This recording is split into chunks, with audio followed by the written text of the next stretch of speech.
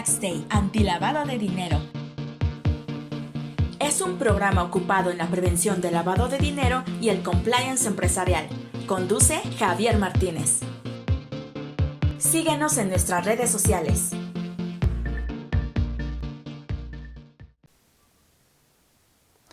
¿Cómo están, amigos? Bienvenidos a su programa Tax Day antilavado de dinero. Vamos a estar hablando de corrupción. Corrupción es una palabra que en México casi no manejamos, ¿verdad? Un tanto rara, pero bueno, tenemos que revisarla porque pues es uno de los temas que vienen dentro del temario para el examen de la Comisión Nacional Bancaria y de Valores para la certificación en prevención de lavado de dinero. Entonces, vamos a echarle una ojeada. Es corrupción, detección y prevención de lavado de dinero en un documento que tenemos de la Comisión Nacional Bancaria y de Valores. Soy su amigo Javier Martínez y mi correo es jmartinez@taxday.com.mx. Ok, recuerden que nos encuentran en redes sociales, en IMEFI TV o en Tax Day México. Bien, platiquemos de corrupción. Así se llama el tema dentro del temario: corrupción, detección y prevención de lavado de dinero de la Comisión Nacional Bancaria y de Valores. Veamos un poquito de dónde viene este tema. Tenemos una convención de las Naciones Unidas contra la corrupción. Esto es de la Oficina contra la Droga y el Delito, y ahora ahí también estamos hablando de la corrupción. Esta Organización de las Naciones Unidas tiene la Convención contra la Corrupción. Si ustedes quieren encontrar más información de este tema, está en 1dc.org y ahí encontramos todos estos temas. Si están dentro del diplomado, bueno, tienen en sus carpetas de materiales los documentos y más cosas que debemos tener de este tema 3.4. Esta convención contra la corrupción se llama Convención de Mérida, o sea, se conoce como Convención de Mérida. El nombre sería Convención de las Naciones Unidas contra la Corrupción. Esta Convención contra la Corrupción es el único instrumento universal jurídicamente vinculante contra la corrupción, nos dice el propio documento. El enfoque de gran alcance de la Convención y el carácter obligatorio de muchas de sus disposiciones la convierten en un instrumento único para elaborar una respuesta amplia a un problema mundial. ¿Sí? Si bien es cierto que para nosotros en México el problema de la corrupción es terrible, era tan malo, tan terrible el problema de la corrupción, que elegimos a un gobierno que nos dijo que iba a atacar la corrupción y ahora nos salió peor que los otros. Entonces estamos, como decían, éramos muchos y parió la abuela. Así estamos desafortunadamente en México. La gran mayoría de los Estados miembros de las Naciones Unidas son parte de la Convención. El texto de la Convención se negoció durante 7 periodos de sesiones del Comité Especial encargado de negociar la Convención contra la Corrupción, y esto se dio entre enero del 2002 y octubre del 2003. O sea, sí le chambearon un buen rato con la idea de que esta sea la base para que cada uno de los países ataque el tema de esta corrupción. Abarca 5 esferas principales: medidas preventivas, penalización y aplicación de la ley, cooperación internacional, recuperación de activos y asistencia técnica e intercambio de información. La Convención abarca muchas formas diferentes de corrupción. ¿Como cuáles? ¿Cuáles serían las formas de corrupción? El soborno, el comercio de influencias, el abuso de funciones y diversos actos de corrupción en el sector privado. Está completo este documento. Hay medidas preventivas Todo un capítulo de la convención está dedicado a la prevención, con medidas dirigidas tanto al sector público como al privado. Si vemos algunos aspectos destacados de la convención, está la penalización y medidas de aplicación de la ley. La convención exige a los países que tipifiquen delitos penales y de otro tipo para abarcar una amplia gama de actos de corrupción, si estos no son ya delitos tipificados en el derecho interno. Tipificar quiere decir incluir artículos, ¿verdad?, en el Código Penal o donde sea necesario incluirlos para pegarle a esta parte de la corrupción. Perro no come perro, decían en el rancho, ¿verdad? Querría decir un poco que los propios gobernantes, que son los corruptos, pues no van a poner medidas tan fuertes contra ellos mismos, ¿no? O sea, dices, oye, no manches, perro no come perro. Uy, qué triste, pero bueno, ahí está. Sin embargo, tendrán que por lo menos acatar lo que ya nos dice la Convención de Mérida. Debe haber una cooperación internacional. La convención obliga a los países a prestar formas específicas de asistencia judicial recíproca. O sea, yo asisto y me asisten a mí también en la reunión y transferencia de pruebas para su uso en los tribunales a fin de extraditar a los delincuentes. Oye, eres corrupto, hay una asistencia judicial recíproca con la idea de que este cuate sí caiga en la cárcel. Y algunos aspectos destacados de la convención está, por ejemplo, la parte de recuperación de activos. Un punto culminante de la convención es la inclusión de un capítulo específico sobre recuperación de activos, destinado a devolver los activos a sus legítimos propietarios, incluidos los países de los que habían sido tomados ilícitamente. Si un cuate de México es corrupto, que ¿cómo se llama? Realmente pues no se tienen realmente gobernantes corruptos en México, de veras revisen cuántas penas hay, cuánta gente en la cárcel hay por corrupción y se sorprenderían. Pero bueno, supongamos que algunos sí cayeran en este tema y lo pescaran en otro país, México recuperaría los activos, no serían activos para el país que agarró al delincuente, ¿no? O sea, no sé, imaginemos a Lozoya, ¿no? Que lo traen, lo mandan de España a México para ver actos de corrupción y empieza a echar ahí choros mareadores, ¿verdad? Se llevó como 3 meses de mañaneras, arrullándonos todas las mañanas. Bueno, pero ahí estaríamos con esos temas. Entonces, España colaboró con México porque también forma parte de esta Convención de Mérida. Y bien, sacó la Comisión Nacional Bancaria y de Valores una guía de corrupción en 2019. ¿En base a qué? En base a la Convención de Mérida. O sea, si yo quisiera decir, oye, a ver, ¿cómo le hicieron? ¿De dónde sacaron toda esta información? Bueno, pues la sacaron precisamente de la Convención de Mérida.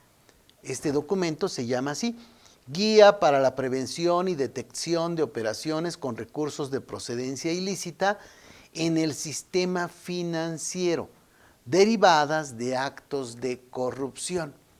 Aquí valdría la pena comentarlo. Este tema está básicamente en el mundo de las entidades financieras.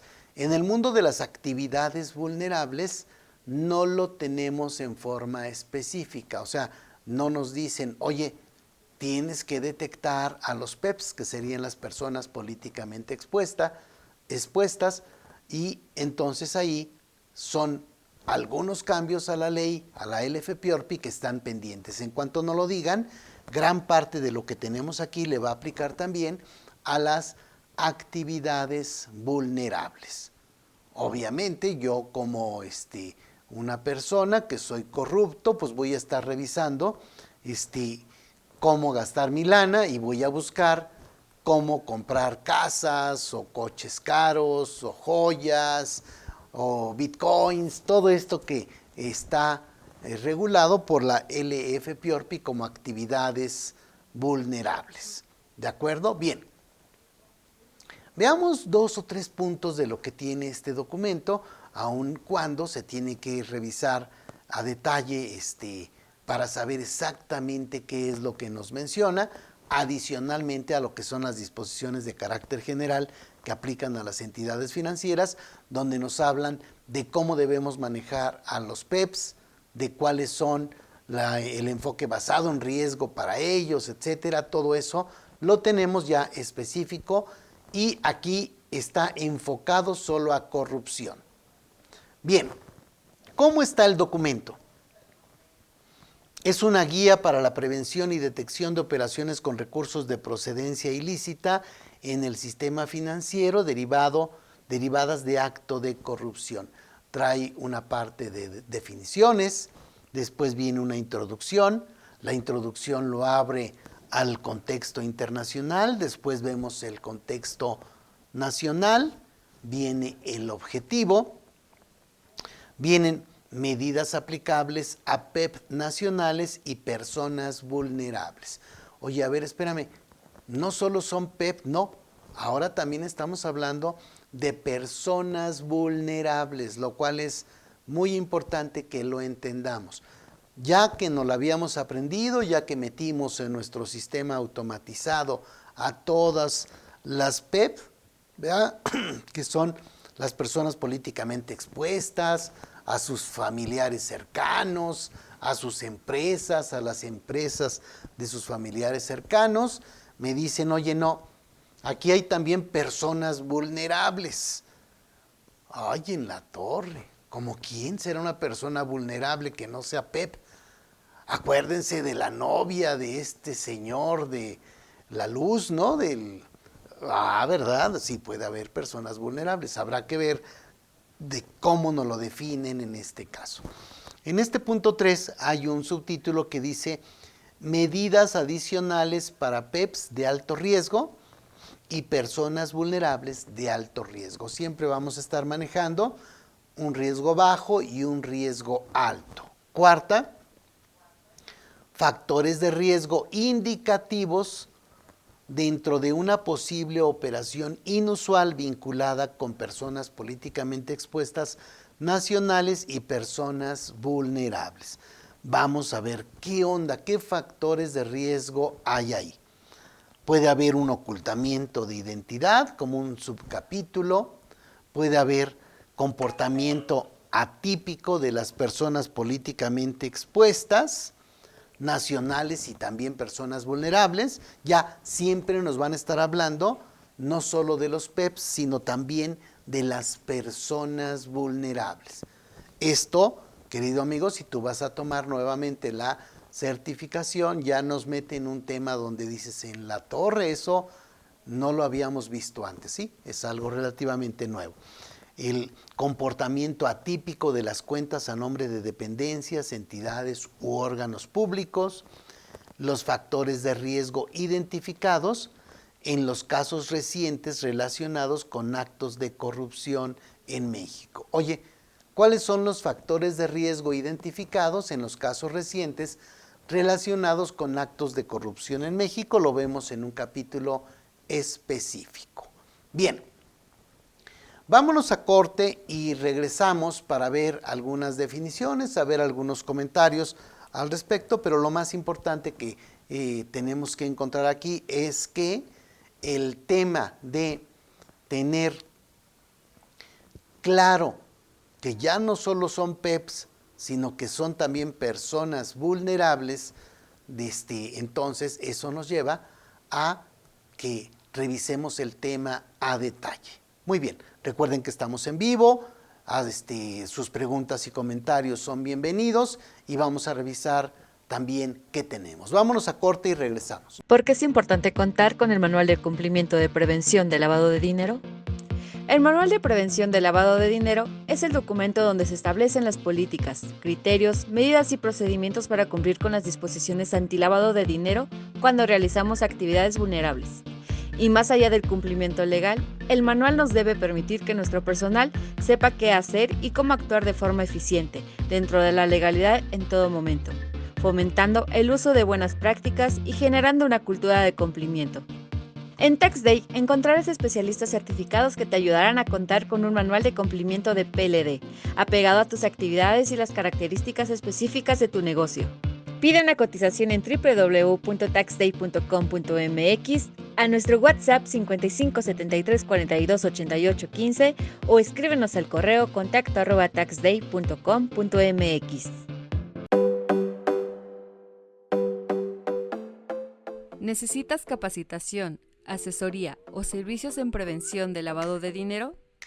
En Tax Day tenemos a tu servicio diplomados, cursos, talleres y asesoría especializada en prevención de lavado de dinero. Si formas parte de una entidad financiera como oficial de cumplimiento, auditor interno o auditor externo, tenemos el diplomado de 60 horas en línea para la certificación en la Comisión Nacional Bancaria y de Valores en PLD. Si tu empresa es un sujeto obligado a cumplir con las disposiciones antilavado de dinero por realizar actividades vulnerables, tenemos para el representante PLD el diplomado de 60 horas en línea para la certificación en la Unidad de Inteligencia Financiera en PLD. También contamos con el diplomado de 80 horas en línea para cumplir la ley antilavado de dinero por actividades vulnerables, que consta de 4 módulos que puedes cursar por separado.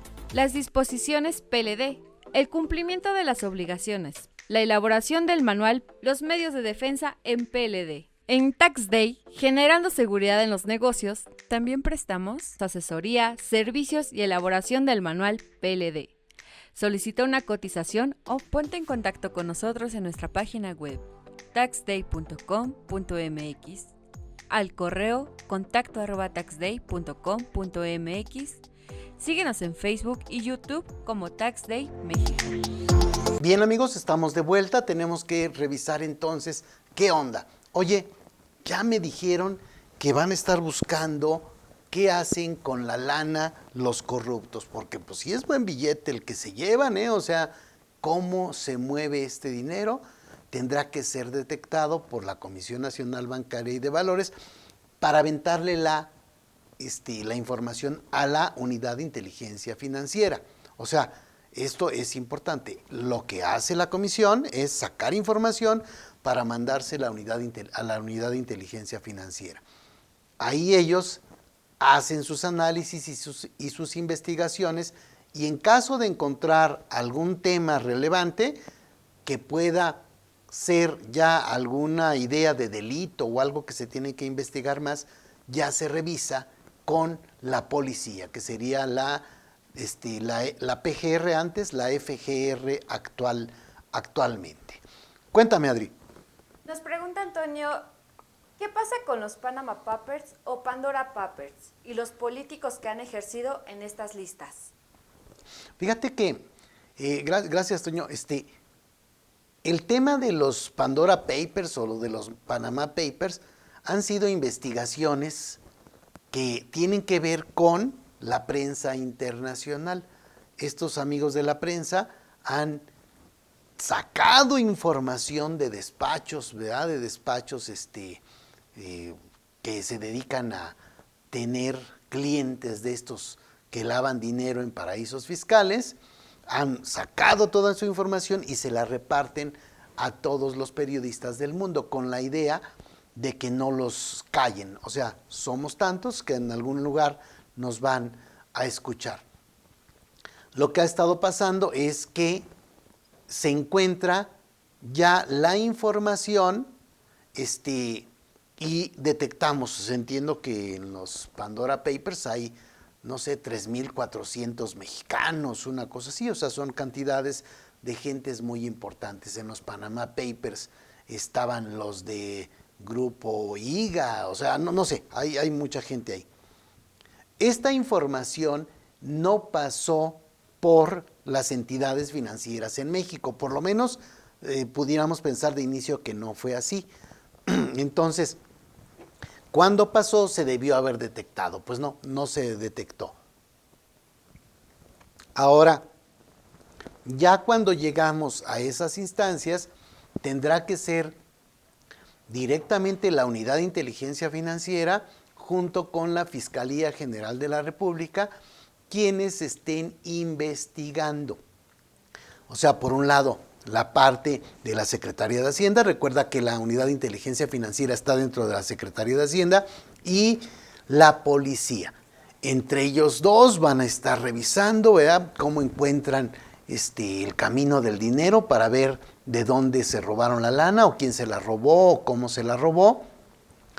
Y con base en esto ya estaremos teniendo resultados. Yo espero que antes de 200 años podamos ya tener detenidas a varias personas en México, porque se va a actuar de manera apegada a la ley y conforme a derecho, caiga quien caiga y hasta las últimas consecuencias, bla, bla, bla. Ya saben todo ese tema, pero sí, seguimos esperando que haya algún golpe importante con esto. Pregunta Graciela, ¿esto que hace la Comisión Nacional Bancaria y de Valores realmente puede detener la corrupción en México? Y que realmente pueda detener la corrupción en México, quién sabe, pero lo que sí es que imagínate a un PEP, a una persona políticamente expuesta, a sus familiares, a sus empresas, a las empresas de sus familiares, que están, digamos, revisadas de forma tal que cualquier movimiento que haga le llega a la Unidad de Inteligencia Financiera, y la Unidad de Inteligencia Financiera tiene esa información para investigaciones. Seguramente la gente que está haciendo este tipo de cosas van a estar buscando estar 1 o 2 pasos adelante de las autoridades. Eso lo han hecho durante muchos años. El dinero en México y en el mundo se lava gracias a que es un juego del gato y el ratón, donde el ratón es un super ratón, ¿no? Y el gato pues no es un gato muy, muy bueno que digamos. Entonces termina lavándose dinero por todos lados y se detecta muy poco. En alguno de los programas anteriores revisamos el caso de un secretario de Gafi que hizo berrinche y dijo valemos gorro. No logramos detectar más que el 1% del dinero que se lava a nivel mundial, ¿verdad? O sea, prácticamente nada. Y entonces tuvo que renunciar después de su berrinche, pero por lo menos dejó muy claro que los delincuentes están 3 o 4 pasos adelante, desafortunadamente. Aquí, ¿qué persona políticamente expuesta se la van a cachar? Bueno, si es medio babas, pues sí. Si no está preparado, dicen, me decía mi abuela, si te portas mal, cuídate bien, ¿no? Entonces estos, si no se cuidan bien, pues sí pueden caer por cuestiones bastante tontas. O sea, no sé, por ejemplo, el hecho de estar utilizando bitcoins, o sea, puede ser que en algún momento sea una forma en que sea más fácil detectarlos de lo que la gente cree. No es tan sencillo decir, oye, puedo lavar el dinero vía bitcoins, o sea, tampoco está tan fácil. Fueron entidades financieras, fueron fintech, o sea, por todos lados tendríamos que cuidar por dónde vienen los trancazos. En el caso nada más de bitcoins, para acordarnos un poco, hubo algún grupo de secuestradores, ¿verdad?, que tenían ahí a un chamaquillo muy listo o muy tonto, que pidieron el rescate de la persona que habían secuestrado, una señora que habían secuestrado, lo pidieron en bitcoins, y gracias al seguimiento de los bitcoins los atraparon, ¿no? Por ahí si buscan eso, secuestrador rescate bitcoins en Google, seguro encuentran esa noticia porque fue muy sonada en su momento, pero nos podemos dar idea de todo lo que sí se puede detectar. Entonces, sí considero que a los corruptos que no están bien asesorados y bien preparados, sí se los van a pescar por aquí. O sea, segurito que sí. Pero bueno, ahí estaríamos. Muy bien. Veamos algunas definiciones que vienen en este documento. Primero está el PEP. ¿Qué PEP? ¿Qué es un PEP? Se llama PEP a la persona políticamente expuesta, definida como aquel individuo que desempeña o ha desempeñado funciones públicas destacadas en un país extranjero o en territorio nacional. O sea, puede ser PEP extranjero o PEP nacional. Considerando, entre otros, a los jefes de Estado o de gobierno, líderes políticos, funcionarios gubernamentales, judiciales o militares de alta jerarquía, altos ejecutivos de empresas estatales o funcionarios o miembros importantes de partidos políticos y organizaciones internacionales, entendidas como aquellas entidades establecidas mediante acuerdos políticos oficiales entre estados, los cuales tienen el estatus de tratados internacionales. O sea, estamos hablando de toda una lista de gentes. Dice, continúa diciendo, cuya existencia es reconocida por la ley en sus respectivos estados miembros y no son tratadas como unidades institucionales residentes de los países en los que están ubicados. Ok, tenemos a alguien que fue presidente de un país, ¿verdad? Y ya es él nada más, ¿no? Adicionalmente, la Secretaría en ejercicio de sus atribuciones podrá hacer el conocimiento de los sujetos supervisados. Los sujetos supervisados son todas las entidades financieras, datos que permitan identificar en lo individual de dichas personas. ¿Ok? Y aquí viene el tema de personas vulnerables. Oye, ¿quiénes son personas vulnerables? Eso ya es un tema relevante, algo interesante. Personas vulnerables a los clientes o usuarios que no son clasificados como PEP. Oye, ¿qué crees? Ese se salió de la clasificación. Pues ya la hicimos, ¿no? ¿Por qué?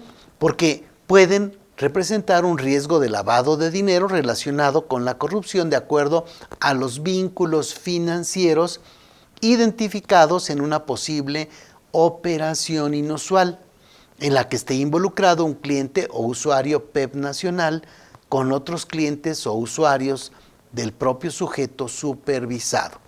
Adicionalmente, la Secretaría, en ejercicio de sus atribuciones, podrá hacer del conocimiento de los sujetos supervisados también datos de estos cuates. Oye, te doy estos datos de estos PEP, te doy estos datos de estas personas vulnerables. Hay un sistema nacional anticorrupción. Ay, lo hemos pateado, lo hemos vapuleado, pobre sistema nacional anticorrupción, pero todavía resolla. Entonces, aquí este sistema nacional anticorrupción está previsto en el artículo 113 de la Constitución para que las autoridades competentes prevengan, investiguen y sancionen las faltas administrativas y los hechos de corrupción, el cual se encuentra regulado a nivel legal en la Ley General del Sistema Nacional Anticorrupción. ¿Qué es la corrupción? Y ya entramos ahí, un tema importante. Oye, ¿qué es corrupción? La Organización Internacional Transparencia Internacional define a la corrupción como el abuso del poder para beneficio propio y puede clasificarse en corrupción a gran escala, actos de corrupción menores y corrupción política, según la cantidad de fondos percibidos y el sector en el que se cometa. A ver, entonces, hay una corrupción a gran escala, hay actos de corrupción menores y hay corrupción política. Según esto, según con el sapómetro, ¿no? Según el sapo, es la pedrada. ¿Qué onda con la corrupción a escala? Consiste en actos cometidos en los niveles más altos del gobierno que involucran la distorsión de políticas o de funciones centrales del Estado y que permiten a las personas políticamente expuestas beneficiarse a expensas del bien común. Hay, digamos, ya no tan fuertes los trancazos, actos de corrupción menores, y estas radican en el abuso cotidiano del poder por personas políticamente expuestas, de bajo y mediano rango, al interactuar con ciudadanos comunes, quienes a menudo intentan acceder a bienes y servicios básicos en ámbitos como hospitales, escuelas, departamentos de policía y otros organismos, ¿de acuerdo? ¿Quieres construir un departamentito? ¿Quieres construir una casita? No, pues si no te mochas, mi hermano, no va a haber forma en la que logres obtener los permisos. ¿A poco? Bueno, pues inténtalo, ¿no? Por lo menos aquí en Chilangolandia así están las cosas. Pero ya veremos, cada estado se supone que debe actuar de manera diferente contra estos actos de corrupción menores. Y hay una corrupción política. Y aquí nos dice que es la manipulación de políticas institucionales y normas de procedimiento en la asignación de recursos y financiamiento por parte de los responsables de las decisiones políticas, quienes abusan de su posición para conservar su poder, estatus y patrimonio. ¿Verdad? Esto por supuesto que se oye rarísimo. Claro que aquí no ocurre ese tipo de cosas. Volvemos a leerlo. Dice: corrupción política es la manipulación de políticas institucionales, instituciones y normas de procedimiento en la asignación de recursos y financiamiento por parte de los responsables de las decisiones políticas, quienes abusan de su posición para conservar su poder, estatus y patrimonio. ¿Qué les parece? Bien, pues amigos, esto es lo que traíamos para ustedes el día de hoy. Recuerden que ya está cerca el inicio del Diplomado de Prevención de Lavado de Dinero para la certificación de la Comisión Nacional Bancaria y de Valores. También vamos a iniciar con la parte del Manual de Prevención de Lavado de Dinero para actividades vulnerables. Esperemos que estén con nosotros. Si no están en el presencial, pueden posteriormente entrar a todo en línea. Este nuevo diplomado 2022 pues ya incluye los últimos cambios y ya no habrá otro presencial para la segunda parte del año. Ese ya se queda ahí grabado. Si no existieran grandes cambios en 2022 para 2023, seguiría el mismo o se crearía uno nuevo para que se actualice. Nos vemos pronto y les mando un fuerte abrazo. Tax Day. Generando seguridad fiscal en los negocios. Síguenos en nuestras redes sociales.